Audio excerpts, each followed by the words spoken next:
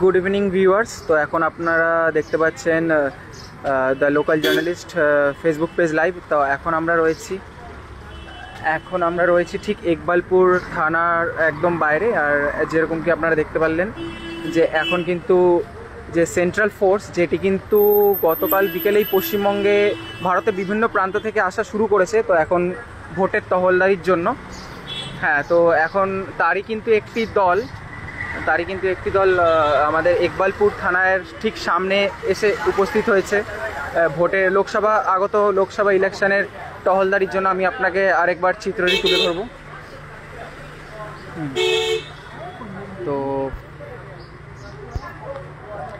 যেরকম কি দেখতে পাচ্ছেন যে ঠিক লোকসভা ইলেকশনের জন্য এখন তারা এসেছে একদম ইকবালপুর থানার সামনে। ঠিক আমরা আপনাকে তারই চিত্রটি ঠিক তুলে ধরছি।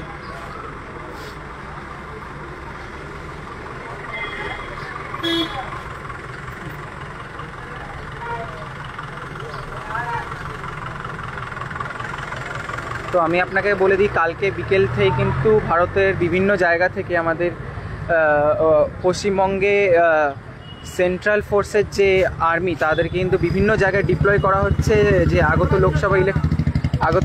লোকসভা ইলেকশনের জন্য। আর আজ কিন্তু সেই জন্যই তারা ভারতের বিভিন্ন ইতিমধ্যে তারা কাল বিকেল থেকেই যেরকম দেখা গেছে হাওড়া, শিবপুর, যেরকম আজকে সকালেও কলকাতার যাদবপুরের বিভিন্ন এলাকা থেকে তারা লাইভ শুরু করছে।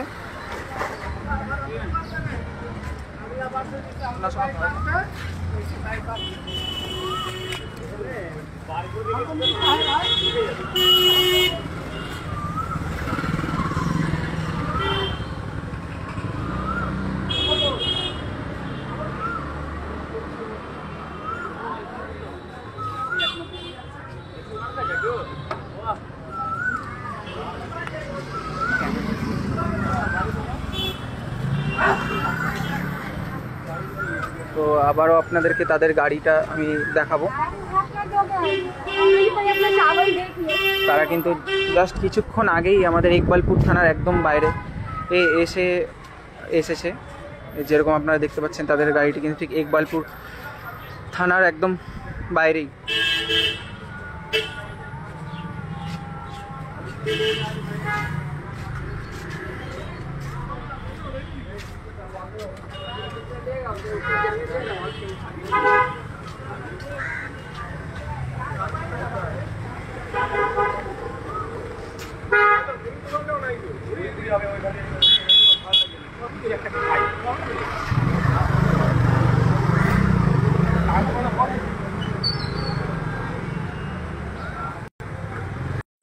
আপনাদেরকে দেখাবো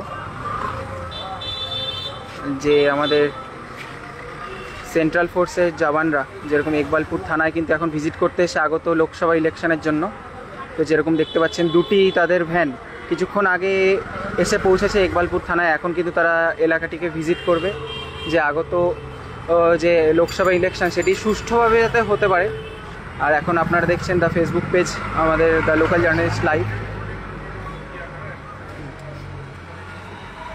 তো ওই জন্যে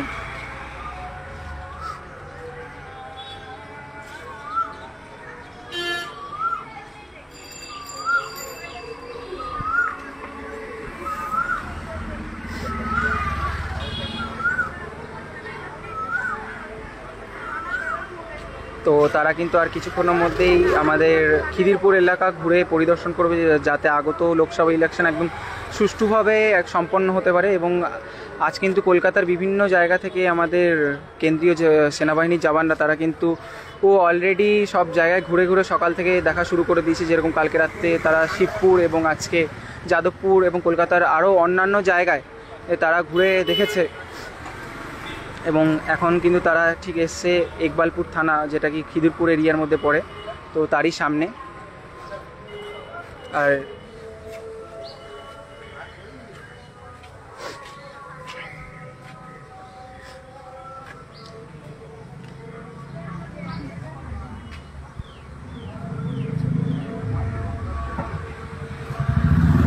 তো আমরা কিন্তু তারই চিত্র আপনাদের সামনে তুলে ধরছি।